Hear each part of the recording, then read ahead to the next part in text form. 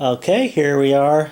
The major construction of my router table wing is done. I thought I'd just go over the general construction in case anybody is interested in doing something similar. So I had like a cheap, well, it's not that cheap, but a Sears router. It had a very cheap base on it, and I never really used it. And I thought, well, it'd be nice to do a router wing. And originally I was thinking about putting something centered in the wing, but that had an issue. So my table saw, it's got this, well, I originally was thinking dust, but actually when the tilt's 45 degrees, the motor tilts into that area. So I either have to have a lot of horizontal space that way, which I can't really afford. And I really kind of want it on the front because it's my workspace anyway. But the problem here is that the knob to tilt it is there. So what I ended up doing is I set it off center, and it actually, I think it turned out pretty nice because this bed, this is an older Sears router table, so it's got a smaller bed, but I think it's going to work out nicely because it's going to keep the router from interfering with the table saw action. So I was debating on how to attach it, and it uses angle iron. I was like, well, wait, I could just set it down in some angle iron. So I've got some, what is that, about 1.5-inch aluminum angle iron, and as you can see, I tried to bend both corners. This one bent pretty well. You can see there's a little bit of breakage there.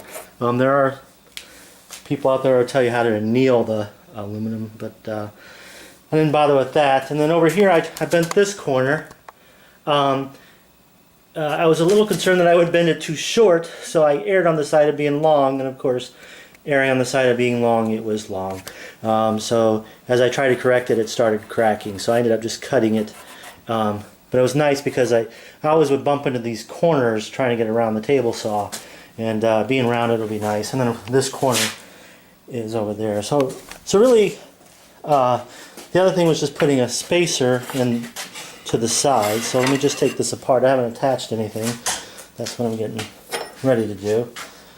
As you can see, it's just a tray, and this is just a shelf that I cut up, like a laminated shelf. And I just kind of kept the laminated sides out, so I don't have to do any painting or finishing. And so take that out, and then this piece kind of cuts in there. And I did have to, here I got this to the proper height for that, but then I had to like get a piece of wood or a piece of plywood to the right thickness. I planed it down, but there's a little bit of bending and like it would shake, so I actually just put some leveling screws. And this actually just sits down on top of another 1/2-inch piece of plywood. Get these pieces out of the way. And then here I just had to route down to get the table saw level. And you can see my cutting out work is not the greatest, but it's under the table, so I don't have to show off all my mistakes. I do have to put a couple more screws around there. And I've pre-cut the holes to fit the table. And you can see here, it's a little old school, but here's the actual router that went in plastic base, and you can see it's actually a nice cast iron assembly with a like a lift. So anyway, I'm excited about it. So I know some people have done wood frames and done something similar, but this was using angle iron. Takes up a little less space, and I think it actually goes fairly well with the table saw. So if you're interested, maybe an idea or two.